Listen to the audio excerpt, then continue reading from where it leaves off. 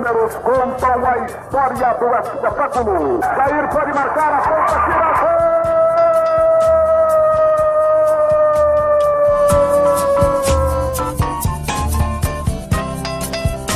Se recordar é viver. A partir de agora, você está convidado a reviver nossas principais conquistas e glórias. Faltavam só 5 minutos pra terminar o jogo. Levou pro meio da área, preparou, rolou pro Josué, e deixou a bola passar na ponta, tira gol!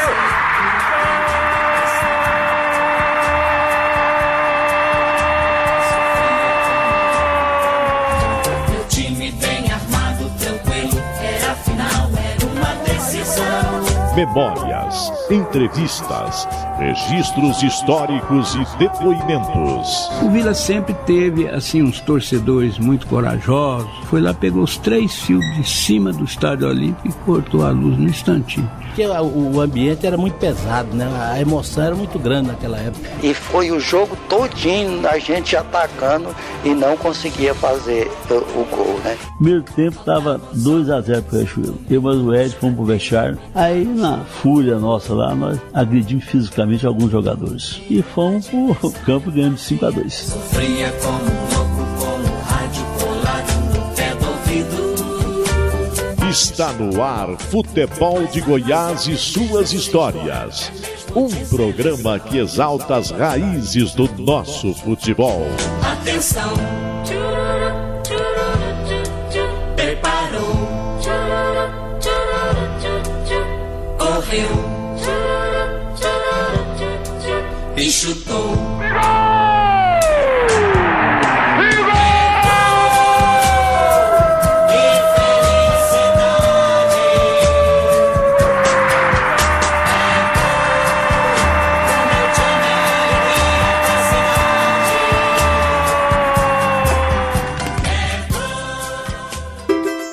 Atlético e Goiás.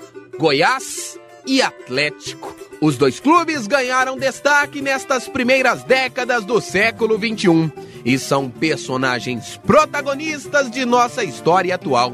Neste duelo de titãs, em jogo não só a taça de campeão, mas a hegemonia de nosso futebol. Esse domínio rubro-negro e alviverde não é novidade. No fim da década de 80, Goiás e Atlético também disputaram palmo a palmo a condição de supremacia em terreno regional. Para relembrar este momento marcante na vida dos dois clubes, o Futebol de Goiás e suas histórias convida personagens marcantes da rivalidade neste período. Pelo lado do Dragão, Marçal conta o sabor de derrotar o rival. O Idemar não fica atrás e também relembra a glória esmeraldina. Goianos de nascimento fizeram alegria e encheram de orgulho o seu próprio povo. Futebol de Goiás e suas histórias, resgatando as raízes de nossa paixão.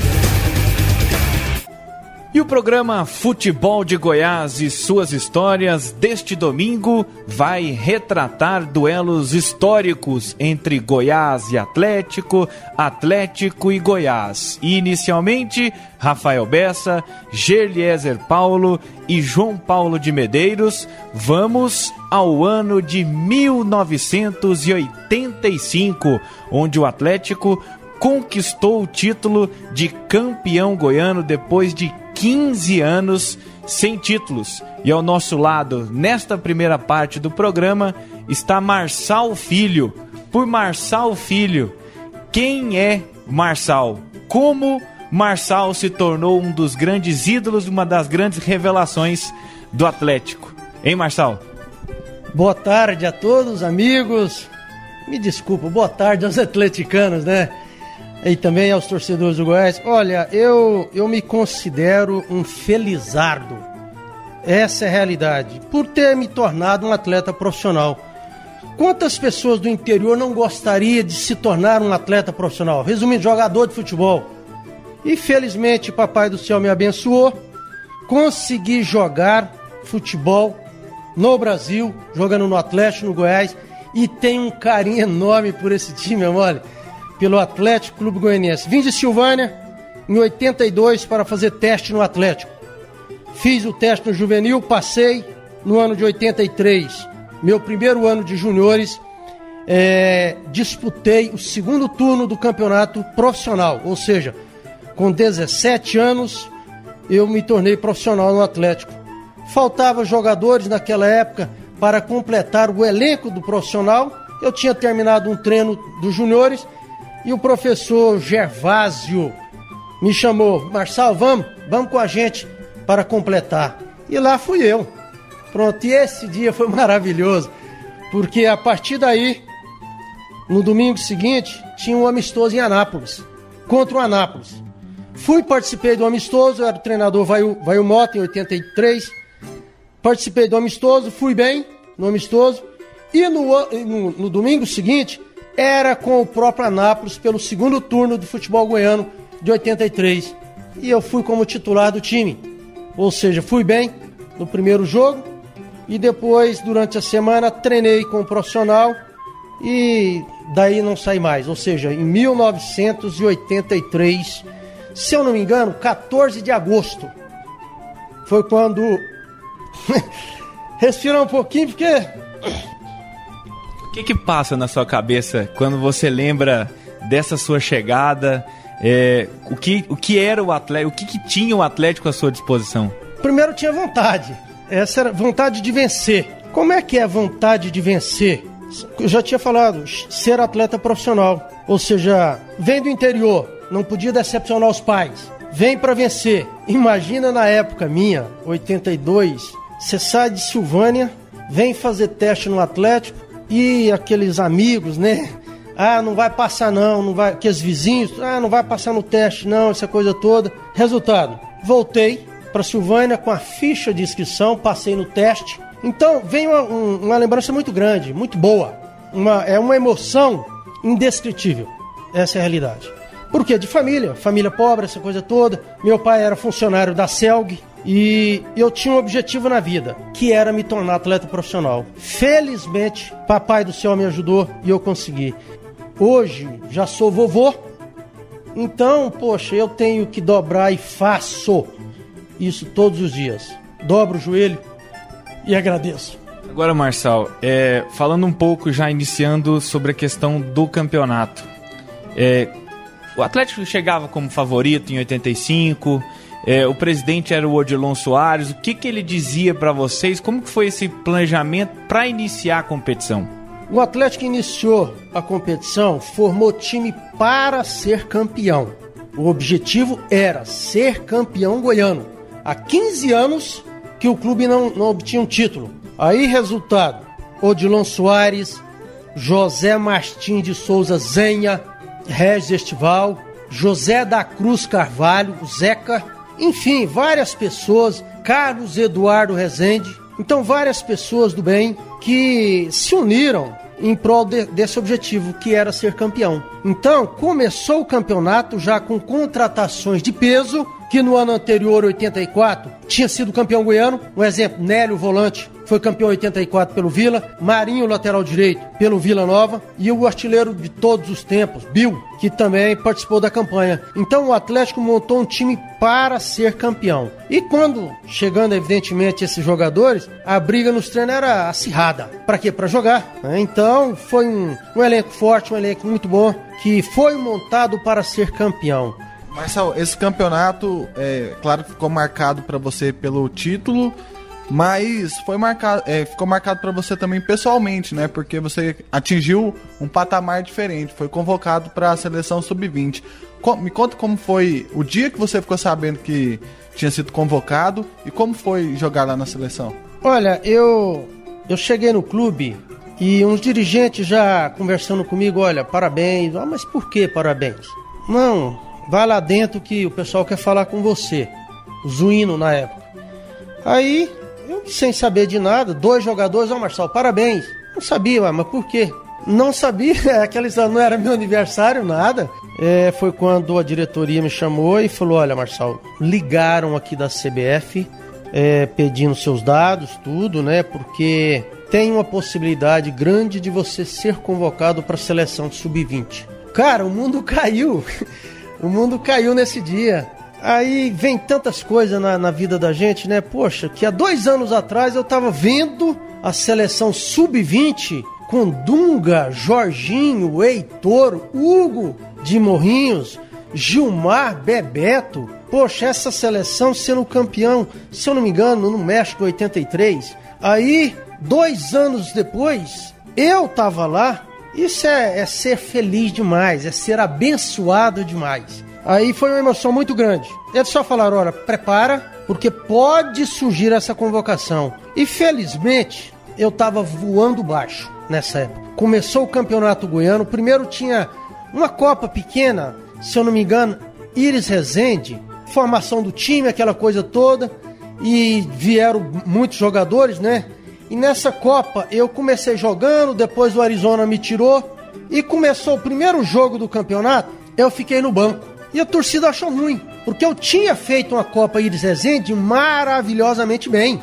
Aí resultado, primeiro jogo eu não joguei. Aí foi no segundo jogo na cidade de Goiatuba, o Atlético ganhou de 3, eu fiz 2.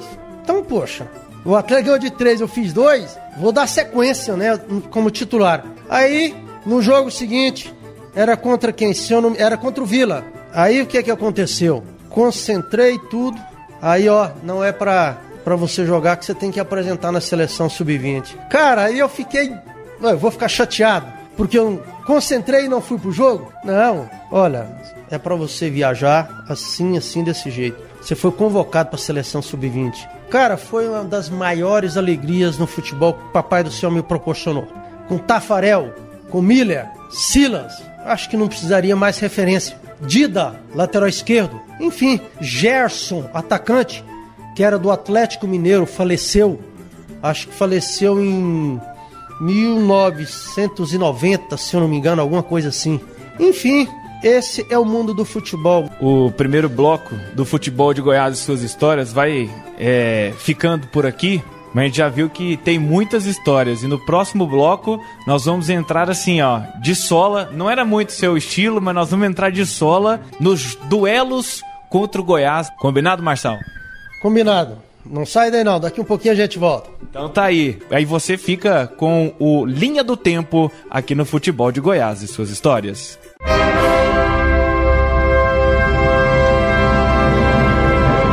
Linha do Tempo.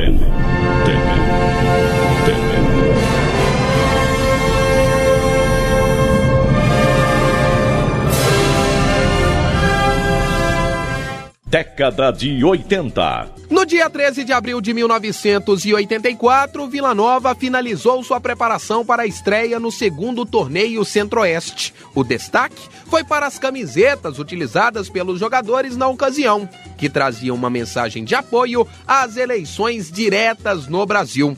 Aquele torneio contava com os goianos Vila Nova, Anapolina, Anápolis e Atlético, além dos brasilienses Guará, Sobradinho, Brasília e Taguatinga. Década de 90. No dia 13 de abril de 1991, o Goiás recebeu o então campeão brasileiro, o Corinthians.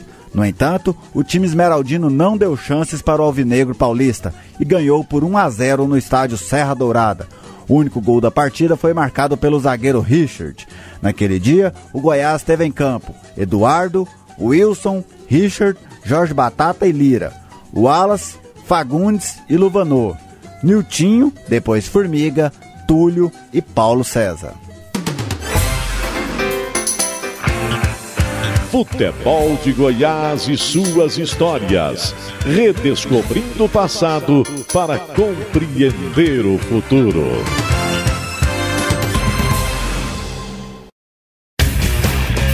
Futebol de Goiás e suas histórias. Resgatando as raízes de nossa paixão. Estamos de volta aqui no Futebol de Goiás e suas histórias no oferecimento de tintas e texturas Colatex Pintando com Arte e Cascata Pizzaria da T63, telefone 3286-1000.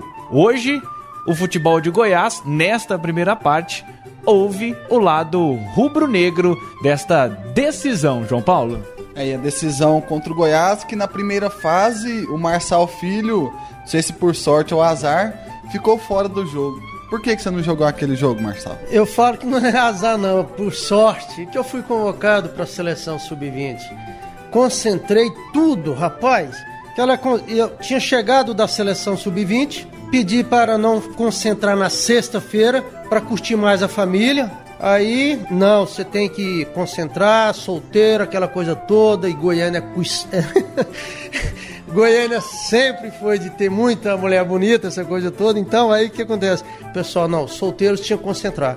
Fui concentrar, beleza, vamos pro jogo, jogar contra o Goiás. Sempre as minhas melhores partidas pelo Atlético foram contra o Goiás Esporte Clube. As melhores. Então, fui pra concentração na sexta. Resultado, chegou domingo, 1h da tarde, Marçal, você tá liberado.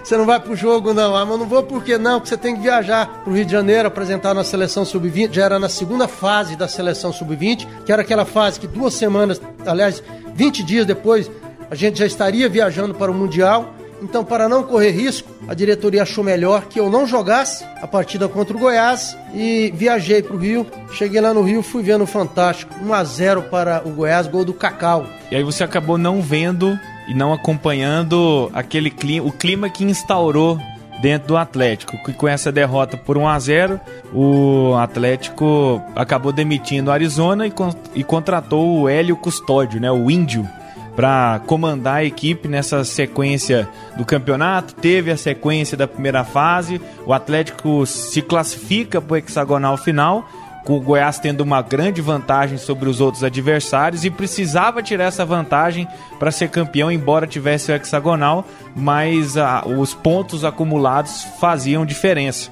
Até que no dia 3 de novembro de 85 teve o clássico, o primeiro do turno do hexagonal, onde o Atlético venceu por 3-0. O que você lembra desse jogo? Rapaz, eu falei pra vocês que nas minhas melhores partidas tinha sido contra o Goiás. Se eu não me engano, um gol do Bill, de pênalti. O Olaí parece que fez o primeiro. É isso mesmo, o Olaí fez o primeiro. Eu fiz o segundo, num rebote. Eu fiz o segundo. E depois o Bill fez o terceiro, ou seja, 3-0 numa reta final de afunilamento de campeonato. Aí o Atlético estava comendo a bola, o grupo todo. Então vencemos de 3, sendo que eu fiz uma partida excepcional nesse dia e evidentemente ganhando a premiação toda, fazendo também um gol campo molhado, tão encharcado, vamos dizer assim. Aí num rebote do goleiro, se eu não me engano, Gilberto. Acho que era o Gilberto, não sei se foi o Gilberto ou o Edson que jogou, acho que foi o Gilberto que jogou nessa época. Ele rebateu a bola e a bola veio para mim fácil, na risca praticamente da grande área. Eu fiz esse gol. E nesse jogo também, além da sua bela exibição, que você falou aí, ganhou o prêmio e tudo mais, teve o caso do Célio Gaúcho, que foi flagrado no doping pelo Afrim, né? Como que foi? Como que o grupo recebeu essa notícia? Vocês ficaram temerosos, já que o time estava indo bem no campeonato e tinha tudo para ser campeão? Como que foi essa recepção dessa notícia? Olha, não deixa de ser uma coisa para atormentar o grupo, né? Para atrapalhar o ambiente. Imagina, 15 anos sem título, diretoria trabalhando muito, o estado de Goiás, eu não vou falar que queria que o Atlético fosse campeão, mas seria bom para o próprio Atlético e para o campeonato, para o futebol goiano. Um time que há 15 anos não tinha obtido um título, ganhar o título de 85. Então, não influenciou dentro de campo. Não influenciou. Muito pelo contrário. Nós queríamos provar que ali já tinha um grupo vencedor. Não pelo Célio Gaúcho, Célio Benedetti Espricigo, meu amigo, você tem uma noção, meu parceiraço. O Célio, nós moramos num quarto junto na República lá do Atlético, no estádio Antônio Ascioli. Então, Marçal, eu posso falar do Célio Gaúcho. Vocês não conheceram da maneira... Eu vi o Célio Gaúcho chegar em Goiânia. Eu lembro o dia que ele chegou no estádio Antônio Ascioli. Morou comigo, pra vocês terem uma noção, gente, na República. Quando eu falei pra vocês que eu estava concentrado vendo a seleção sub-20. Então, poxa, eu conheci o Célio. A gente era daqueles assim que ia jogar domingo de manhã juniores e à tarde almoçava e à tarde não tinha janta. Aí pedia alguém para pegar no restaurante Salerno o almoço de jogador que não ia almoçar, pra gente dividir na República. Eu, Célio Gaúcho e mais outros jogadores. Então, do Célio, eu colocava a mão no fogo. Aliás, colocava não. Hoje é um pai de família, um avô também. Coloca a mão no fogo pelo Célio Gaúcho. Uma pessoa do bem. Não poderia, desculpe, mas não poderia ter acontecido esse fato naquela oportunidade. Prova disso, que foi comprovado, que não teve influência em nada. A decisão não é por acaso. Vocês há de concordar comigo, e você em casa, que quando você vai para um julgamento, que são 7 auditores, poxa, e não tem um que vai falar assim, ele estava dopado. Poxa, são 7 amigos de casa, 7. Nenhum para falar assim, o atleta se dopou. Então dá para notar que foi uma maldade enorme que criaram em cima de uma equipe que buscava legalmente, dentro das 4 linhas, o título. Antes de dar essa volta de caminhão de bombeiro pela cidade, teve o jogo final contra o Goiás e ficou no empate, né? 1-1. Teve o gol do Bill e teve um lance curioso também, né? Que você esteve envolvido no gol que o Atlético sofreu. Conta pra gente como que foi aquele jogo da final. Uma partida maravilhosa. Mais uma vez, falo, comi a bola. Posso falar assim? É brincadeira, mas decisão é algo, desculpa a expressão, mas é excitante demais. Mexe com tudo. Um lance que, poxa, naquela época, você poderia fazer o que eu fiz e não recebia cartão vermelho. 1-0 pro Atlético, tava 1-0, gol de pênalti. E no segundo tempo, bater escanteio, o goleiro nosso socou a bola, o Cacau pegou o rebote, deu um corte um jogador nosso e chutou. Rapaz, a única coisa que eu podia fazer era me tornar um goleiro naquela hora. De cabeça não dava para tirar, muito menos com o pé. Então eu estendi as mãos e seja lá o que Deus quiser. Aí fiz uma ponte, rapaz, mas que ponte maravilhosa. A defesa foi bonita? Foi bonita, foi bonita. Modéstia à parte, né? Foi bonita mesmo. Era magrinho, era fininho, tinha o quê? Acredito que tinha uns 67, 8 quilos, alguma coisa assim. Então, foi uma ponte. Fala ponte ainda hoje? Fala ponte, né? Defendi, coisa que o nosso goleiro não fez. Consegui defender. O Gilson Jader bateu o pênalti, marcou, empatou. Mas o resultado do empate nos favorecia. Então ficou marcado também naquela decisão por tudo que aconteceu. Fiz umas jogadas maravilhosas naquela partida. E também essa de fazer uma ponte, né? E tirei a bola, não entrou. Da minha parte eu fiz. Mas aí depois o Goiás empatou 1-1, a decisão. E fomos comemorar. Depois agradecer Papai do Céu. 15 anos sem título, né, rapaz? É doído. Aí depois, festa na Campininha. Da maneira que vai ser hoje, né, torcedor do Atlético? Até pra já encerrando esse bloco contigo, que daqui a pouco vem o Idemar pra contar de 86, aqui no Futebol de Goiás e suas histórias. Pra encerrar contigo, Marçal, além de agradecer a sua participação, você resume de que jeito esse título do Atlético de 85? Se pudesse resumir numa palavra, qual seria essa palavra que representaria esse título de 85? Benção. Privilégio de poder ter feito parte da história. Privilégio. Então, são coisas que ninguém tira. Ninguém. Você passa de geração para geração, mas ninguém tira. Você fez parte da história. E felizmente me orgulho de ter feito parte da história do Atlético. Posso te falar uma coisa? O Atlético da minha família, o Atlético que me deu chance, que proporcionou que eu me tornasse um atleta profissional. Então, eu tenho que agradecer muito o Atlético da minha família e o Atlético dos torcedores. Esse é o Atlético. Não é o Atlético do A, do B, do C, de ninguém. É o Atlético do povo. É o Atlético da Campininha. Atlético, muito obrigado. É o que eu tenho a falar do Atlético. Por tudo que me proporcionou.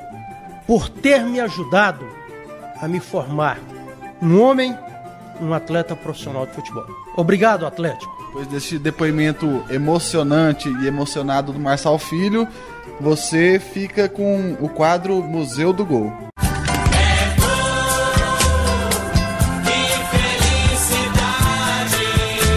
É hora de vibrar.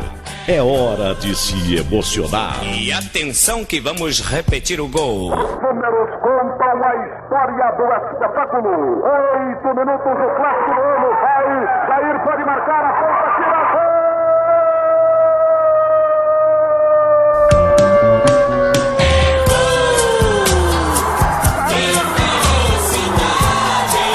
É hora de Museu do Gol.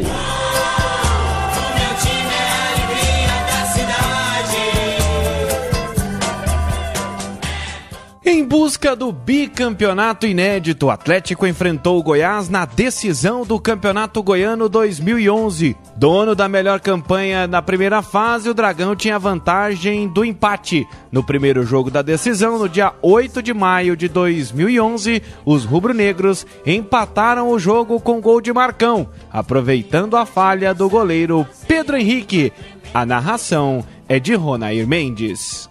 A armação é boa do time do Atlético, levantamento para Marcão, Carlos Alberto cortou no meio do caminho e falhou Pedro Henrique, Marcão dominou, na linha de fundo vai empatar, tirou, chacoalhou!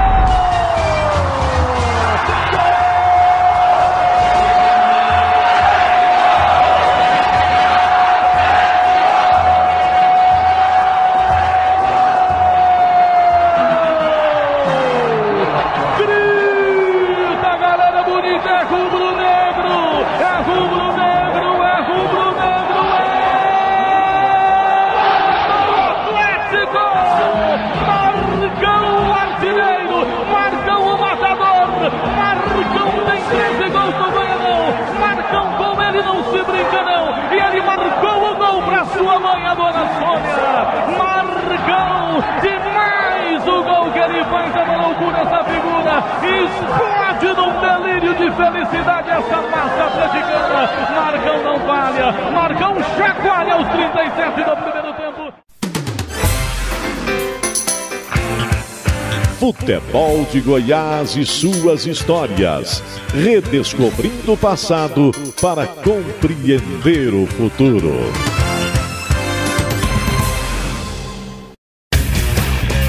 Futebol de Goiás e suas histórias. Resgatando as raízes de nossa paixão. Neste domingo de decisão do Campeonato Goiano, Futebol de Goiás e suas histórias, ouviu agora há pouco o lado rubro-negro. E agora, vamos com o lado alviverde desta decisão. O Futebol de Goiás e suas histórias tem um oferecimento de Tintas Colatex, pintando com arte. Gerliezer Paulo, quem está com a gente? Um convidado mais do que especial, né, Rafael Bessa? Um dos grandes ídolos do torcedor alviverde, um dos maiores jogadores que já vestiu a camisa do Clube Esmeraldino, o primeiro jogador do futebol goiano a atuar na seleção brasileira por um time goiano, o Idemar Pessoa de Oliveira. Mas eu acho que ele é melhor para falar dele próprio do que a gente, não é isso, Rafael? E que descrição é essa do Gerliezer, hein? Precisa falar mais o que sobre sua carreira? Grande abraço, Idemar. Eu que agradeço, né? Um abraço a você, ao Vinícius, Gerliezer, enfim, ao torcedor esmeraldino, né? Que é sempre um prazer muito grande falar realmente do Goiás, desse time glorioso, que me deu realmente grandes alegrias. Hoje nós viemos aqui para contar um pouquinho do que foi o título do Goiás de 1986. Vinícius Tondolo com o Idemar. É verdade, Rafael. E um detalhe, Idemar, que é o seguinte: curiosamente, nós selecionamos uma época da década de 80 em que estamos vivendo nesses anos 2000, nesse século 21, um momento de rivalidade entre Goiás e Atlético. Nos blocos anteriores, a gente conversando com o Marçal, ele falava sobre a importância, sobre como foi significativo para o Atlético vencer o Goiás e conquistar o título goiano depois de 15 anos. Como é que foi a preparação do Goiás para recuperar esse título, já que em 84 tinha dado o Vila e aí em 85 deu o Atlético? Eu acho que o Atlético tinha um grande time em 86, mas o Goiás ele era muito forte, era um time muito forte que foi se desenhando, porque quando eu comecei a jogar no Goiás, nós jogávamos no time reserva do Goiás. O time reserva do Goiás era Fagundes de primeiro volante, eu como segundo volante, Carlos Magno como meia e o Pérez, né? O Pérez. E no time de baixo, o time titular era Carlos Alberto Santos, Luvanor, Ney, Braz. Então, assim, nós começamos um período desde 85 a treinar e vendo esses grandes jogadores jogar, que se deu esse grande time do Goiás de 1986. Realmente era um timaço, um grande time que tinha... que foi apontado nesse período de 86 e 87 como o melhor toque de bola do futebol brasileiro. Então, assim, foi anos realmente um período assim muito bom, tanto Goiás como o próprio Atlético, né? O Goiás com essa galera toda aí, um time de muita qualidade, um time realmente inesquecível que foi esse período. Toque de bola era a maior característica desse time do Goiás de 86? Com certeza, né? Porque em muitas oportunidades, até dentro do próprio Campeonato Goiano, do Campeonato Brasileiro, hoje você vê um Barcelona jogar, que dá aquele tanto toque na bola, as pessoas assustam, né? Isso aconteceu com o Flamengo de 80, porque para mim foi o maior time que eu vi jogar até esse momento. O melhor toque de bola que eu já vi foi o grande time do Flamengo. E o Flamengo, todo mundo queria copiar o Flamengo. O mundo inteiro queria copiar o time do Flamengo. E o Goiás, nós tínhamos essa característica, né? Uma característica de um time que tinha realmente uma posse de bola. E em alguns jogos dentro do próprio Serra Dourada, o Goiás começava a tocar a bola e eu ficava contando quantos toques a gente dava na bola jogando sem que o adversário pegava na bola. Então tinha jogos que o Goiás dava 30 toques na bola e o adversário não tocava, né? Então você vê um jogador de uma qualidade de um Fagundes, de um Carlos Magno, né? De um Pérez, né? O próprio Carlos Alberto aqui que eu tô vendo nesse time de 86, até porque em 1986 eu joguei como lateral esquerdo durante um ano, né? Porque quando eu iniciei a jogar eu não tinha vaga nesse meio campo aqui, porque era um meio campo formado por Carlos Alberto, Fagundes, Carlos Magno e Pérez, né? E Tiãozinho. Então era um time realmente fantástico. Eu fui achar uma posição para jogar, que eu estava subindo. Falei, eu quero uma vaga nesse time, eu vou ter que jogar onde tem uma vaga que eu tenha a maior possibilidade de jogar. E eu joguei nesse ano de 1986, fui considerado o melhor jogador da posição, mesmo não sendo daquela ser lateral, mas eu acho que a qualidade do time era tão boa, mas tão boa, que me obrigou a jogar como lateral esquerdo. E você se referiu agora, Idemar, a esse time de 86, e você que está ouvindo o Futebol de Goiás e suas histórias pode também ver essa foto na nossa fanpage no Facebook e também matar um pouquinho da saudade. Vamos fazer o seguinte, tem aqui a escalação, vamos jogador por jogador. Edson, que característico, Idemar? Pra mim o maior goleiro da história do Goiás Esporte Clube, né? Você tá falando sério, o Arlen? Não, o Arlen é um grande goleiro, um goleiro que tem um baita profissional, né? Um baita profissional, um goleiro assim, um exemplo como goleiro, fez realmente uma grande história no Goiás Esporte Clube, mas... Como é que era o Edson? O Edson foi o melhor goleiro que eu joguei. Eu joguei em grandes times do futebol brasileiro e pra mim o Edson foi um dos melhores goleiros que eu vi jogar. E o Charlie, até conversando com a gente, ele falou assim que ele era baixinho. Ele tinha o mesmo, praticamente assim, ele sofria de repente das mesmas críticas do Arley, que é baixinho, mas diz que ele era muito ágil. Era essa a característica dele mesmo? O Edson, na verdade, é o seguinte, Vinícius, ele não tinha nada de goleiro. Uma que o goleiro preto, ele é sempre discriminado. É a grande realidade. Não sei porquê, mas existe realmente uma discriminação pela cor negra, principalmente de um goleiro, né? Ainda mais na década que eu joguei, né? Falava que goleiro preto dava azar. Será que falam lá do Barbosa, lá atrás, da seleção brasileira? Ah, com certeza. Então o Edson era baixinho, gordo, a pele negra, mas um goleiro fantástico que não é o Goiás que vai ter mais, é o futebol goiano nunca mais vai ter um goleiro como esse. Então, para mim, é o maior goleiro da história do futebol goiano, o maior goleiro da história do Goiás Esporte Clube e eu acho que do futebol brasileiro, porque eu joguei um período aqui que para você fazer um gol, além dele ser um goleiro fantástico, para fazer um gol nele era muito difícil, porque eu joguei muitos jogos com o Edson, que o Edson fazia uma defesa na bola e punha a bola para fora, aí dava gargalhada, começava a rir, falava, eu do lado dele, esses caras vão fazer o gol em mim só quando eu quiser, você entendeu? E eu participei disso, porque quando acabava os treinos do Goiás, a gente pegava, ficava ali 10, 12 jogadores, falava, vocês vão chutar 20 bolas na gente e vocês não vão fazer nenhum gol. E às vezes a gente não conseguia fazer. E na última bola que ele tirava, ele começava a rir e não tinha. Então, assim, era um goleiro. Um grande time, ele tem que ter um grande goleiro e um centroavante, né? Quem pega e quem faz. Então eu sinto realmente assim um grande privilégio de ter jogado com esse cidadão aí, né? Que foi um cara assim que marcou uma história no Goiás, com o torcedor do Goiás Esporte Clube. Grande caráter, né? Um atleta que vestiu realmente a camisa do Goiás Esporte Clube, como a grande maioria desses atletas, né? Como eu, que tinha realmente um amor imenso por esse clube, pela oportunidade, pelo torcedor, né? Que nós que vivenciamos nessa década era um momento difícil, muitas dificuldades que a gente tinha, né?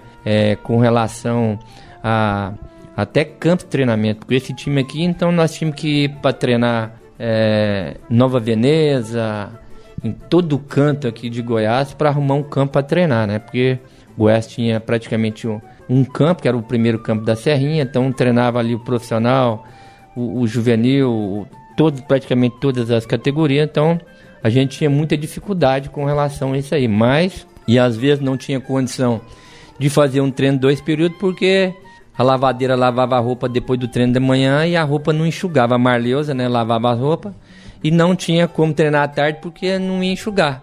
Então a gente tinha essas dificuldades, até para o Campeonato Brasileiro. Muitas vezes eu, no Goiás Esporte Clube, praticamente nós dormíamos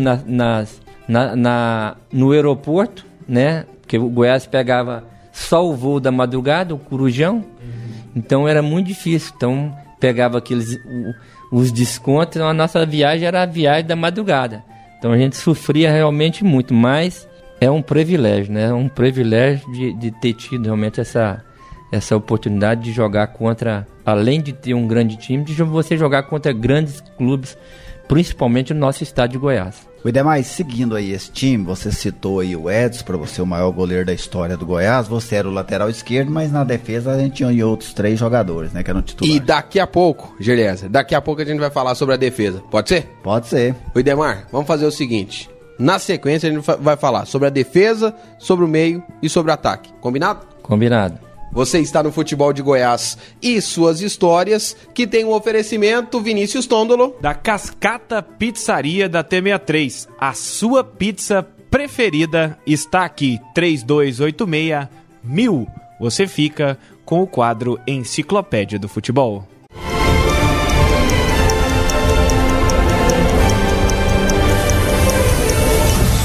Curiosidades, estatísticas, fatos marcantes.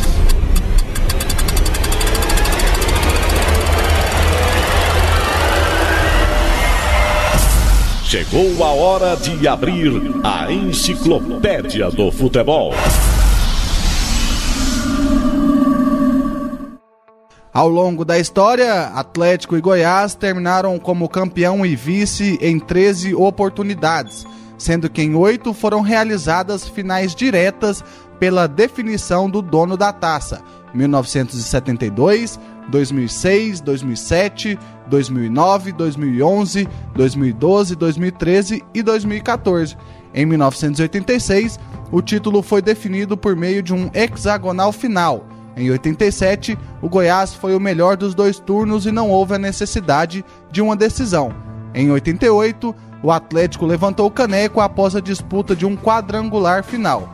Em 91, os alviverdes venceram os 2 turnos e sagraram-se campeões. E por fim, em 1996, o Goiás venceu o estadual em um triangular final com o Atlético e Anápolis. Futebol de Goiás e suas histórias. Redescobrindo o passado para compreender o futuro.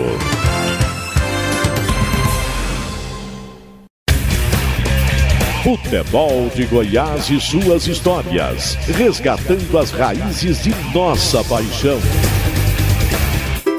Neste ano de 2014, mais uma vez, Goiás e Atlético foram os protagonistas na decisão do Campeonato Goiano. E o futebol de Goiás e suas histórias está resgatando momentos marcantes destes 2 clubes no futebol goiano. Futebol de Goiás e suas histórias tem um oferecimento de tintas Colatex pintando com arte. Você queria saber sobre que defesa, Gerliezer Paulo, aqui com o Idemar? A defesa deste time do Goiás de 1986, formada pelo Edson, goleiro, que o Idemar já falou sobre ele, pelo próprio Idemar, que atuava improvisado na ala esquerda, e por outros 3 jogadores. Walter, o mesmo que mais tarde veio se tornar Walter Nascimento, treinador de futebol, e os 2 zagueiros, Marcelo e Vavá. A gente queria que o Idemar falasse um pouco desses 3 personagens, o Idemar, Walter, Marcelo e Vavá. Vavá, um jogador que foi campeão brasileiro, né, pelo Curitiba.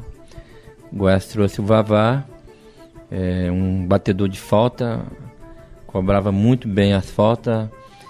Naquela década era um jogador que batia os laterais, conseguia bater um lateral dentro do gol do adversário. E o Marcelo, né, o Marcelo que já vinha desde 84, né, um zagueiro valente, que jogava realmente muito duro, um zagueiro assim que em algumas oportunidades até um pouco violento.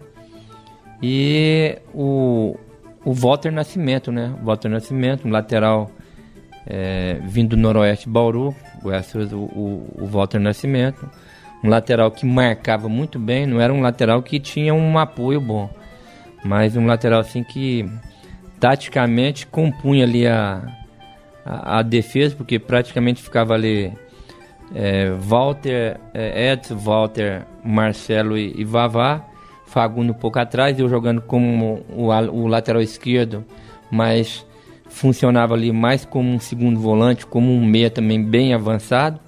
Então esse era a parte do sistema defensivo, né? Edson, Walter Nascimento, Marcelo, Vavá e eu como lateral esquerdo.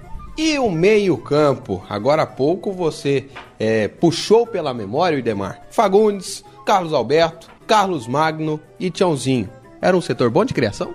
Setor fantástico, né? Um setor Fagundes, um motor, né? Não parava. Eu comparo assim o Fagundes hoje como o Ramon. É um jogador que tem assim, uma característica parecida assim, com o Fagundes, que tem um condicionamento físico assim, fantástico, que corre para todo mundo. O Fagundes era o motor, o jogador que corria para todo mundo. Aí vinha o Carlos Alberto Santos, um jogador que fazia um segundo volante, jogador elegante, capitão do Goiás Esporte Clube, um jogador maravilhoso, espetacular. E o Carlos Magno, né? O gênio da bola. Eu falo que o Carlos Magno era o gênio da bola. Jogava demais, um meia fantástico, né? Que deixou assim uma saudade realmente muito grande quando foi jogar no Botafogo. E fazendo o quarto homem ali, nós tínhamos o Tiãozinho, que era um meia, era um meia que fazia o quarto homem pelo lado esquerdo. Então, assim, era um quadrado fantástico. Então, quadrado mágico? Mágico. O Goiás jogava... Era um sistema do jogo do Goiás que era um 4-2-4 ou um 4-3-3. Então era um time assim fantástico. O Idemar, e esse ataque com o Tarcísio e o Formiga? Existia uma química entre os dois? Um complementava o outro? Ah, com certeza, Tondo. O Tarcísio é um jogador que o Goiás trouxe do Grêmio de Porto Alegre, campeão do mundo, ganhou tudo no Grêmio, né? Um jogador, um atleta que tem uma história fantástica, né? No Grêmio Porto Alegrense. E veio pro Goiás e fez realmente uma história. Um jogador com 37 anos, mas parecia que tinha 20 anos, né? Muito rápido, finalizava bem e deu realmente muita alegria pra gente. A gente sabia que Tarcísio e Formiga resolvia lá na frente, né? A gente tava sempre... Com esses atletas que tinha aqui, ó, Carlos Magno, Tiãozinho, que tinha um final, né? É o que você encontra pouco hoje nos meias, né? O final. Então, tava sempre na cara de gol. E o Formiga é um jogador fazedor de gol, muito rápido, um jogador que veio do Santos, veio do Atlético Mineiro, né? Um jogador jovem, de uma velocidade incrível, né? E nós estamos acostumados, nos últimos anos, a finais. Atlético e Goiás, Goiás e Atlético. Em 1986, Vinícius Tondolo, nós tivemos um hexagonal. Foi um hexagonal final entre Goiás, Atlético, Rio Verde, Itumbiara, Anápolis, né? Foram as equipes que disputaram, e o Vila Nova. E na última rodada, o Goiás chega com 13 pontos, o Atlético com 12, o Goiás jogando pelo empate. E no dia 10 de agosto de 86, o que aconteceu aí, hein, Idemar? Título, né? Se você analisar, você já vai ver que, assim, a qualidade do que eram os adversários. O Anápolis tinha um grande time, o Vila Nova tinha um grande time, o Rio Verde um grande time. Então, os times também do interior eram equipes muito fortes, tipo que tinha realmente muita qualidade. E nesse 86 a nossa final, né? O jogo que realmente, principalmente pra mim, que marcou a minha... O que marcou? Marcou de ver realmente o Serra Dourada lotado, né? Que você jogava no Serra Dourada lotado. Acho que tanto o Goiás como o Atlético, praticamente a gente lotava o Serra Dourada, né? Então o Atlético tinha um timaço naquele ano, de 86, né? Que vinha de um título de 85, de uma base muito boa de 85, e o Goiás também com uma formação nova, de uma mudança de um time novo de 86, mas um time que ele já jogava praticamente quase um ano junto, esse time aqui. Então nós não tivemos dificuldade. E é a conquista, é uma conquista assim de 86 que marcou principalmente a minha história no Goiás, até porque nesse time ainda, no meu começo do Goiás, eu não tinha tido a oportunidade de jogar como o volante que eu gostava de jogar. Eu fui obrigado a jogar como lateral esquerdo porque não tinha vaga para mim no meio-campo, desse meio-campo aqui. O Idemar, aí nós já falamos aqui dessa questão, voltando aqui a 86, nós citamos já todos os jogadores, você falou da característica de cada um, da forma do time jogar, mas quem era o comandante dessa equipe e como ele gostava de trabalhar com vocês? Comandante desse time de 86, o Carlos Alberto Silva, né? Carlos Alberto Silva. Campeão brasileiro pelo Guarani, né? Campeão brasileiro, um treinador que foi campeão praticamente em todos os clubes que ele trabalhou, né? Que fez história, treinador de seleção brasileira. A pessoa que me deu a oportunidade dentro do Goiás Esporte Clube, né? Que eu vinha já em 83, sofri um problema e tive que fazer uma cirurgia e fiquei 2 anos parado. Eu fiquei de 83 até praticamente 85 parado para fazer uma cirurgia. Então, no Goiás Esporte Clube, muitas pessoas eu escutava muitas pessoas falar e muitos comentários, porque o futebol tem muitos comentários, que eu não ia jogar futebol mais, não tinha essa contusão que eu sofri. Era uma contusão realmente muito difícil, que eu tive uma cárie no osso, no fêmur da perna, e não descobria, né? A medicina não descobria. Então eu fiquei 2 anos parado, fiz uma cirurgia. É uma coisa assim que me marca muito, que me traz também assim, uma emoção grande, porque o Carlos Alberto veio, eu estava num período de recuperação, né? O Goiás estava concentrado para jogar, e o Goiás tinha logo que você sai ali da concentração, vira pro lado esquerdo, o Goiás, ali era uma salinha de musculação do Goiás toda velha, não tinha nem aparelho direito, né? E o Carlos Alberto desceu, estava nesse processo de recuperação, né? Me recuperando até sozinho, porque naquela época não tinha assim o que tem hoje, um fisioterapeuta, o médico, aquele cara te acompanha, tudo assim. Era muito difícil. Então. E o Carlos Alberto acabou de jantar, eram umas 7 horas da noite. Eu estava dentro da academia, fazendo musculação, trabalhando, né? No escuro. Eu não acendi a luz, estava no escuro. Aí estou fazendo o levantamento lá, daqui a pouco ele aparece na porta e falou: quem tá aí? Eu falei: sou eu, seu Carlos.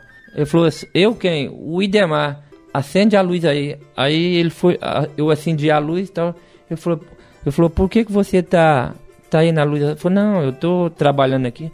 Não, mas não tem ninguém te acompanhando. Não, o pessoal já foi todo mundo embora. Eu preciso fazer um reforço muscular e tem que ser eu mesmo. Eu não posso estar esperando por ninguém.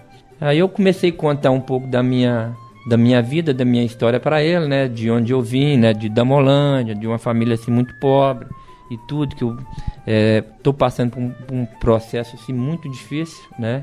Que é esse processo da recuperação, que ninguém acreditava mais que eu pudesse jogar futebol, mesmo depois da cirurgia. Então, dali para cá, ele passou a me acompanhar e me ajudou. Eu contei um pouco da minha história de vida para ele, né?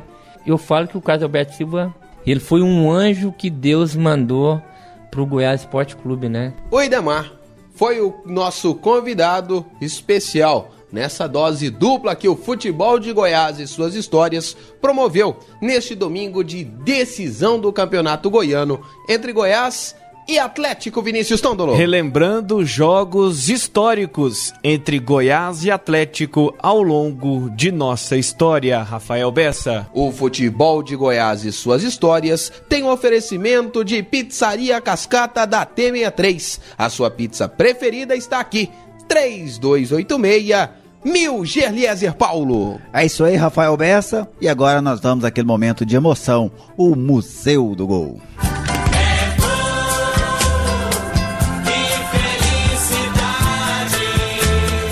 Hora de vibrar, é hora de se emocionar. E atenção que vamos repetir o gol. Números contam a história do espetáculo. 8 minutos, o clássico do ano. Vai, Jair pode marcar, a ponta, tira a gol.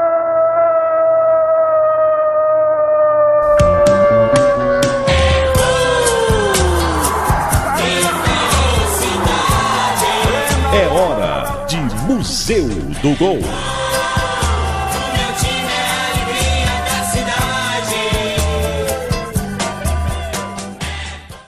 Goiás e Atlético protagonizaram mais duelos memoráveis na história das duas equipes. No dia 6 de maio, o Goiás empatou com o Atlético por 2-2 no primeiro jogo da decisão do Goianão de 2012. O segundo gol esmeraldino foi marcado por Amaral, após cruzamento de Egídio. E a narração é de Ronair Mendes. Tomando posição para a cobrança, lateral canhoto Egídio, ele pode bater direto, ele é venenoso na perna esquerda, pode fazer o levantamento para a grande área, momento bom para o time do Goiás, Egídio para a cobrança, levantou na marca para uma cabeçada do Amaral, chacoalhou!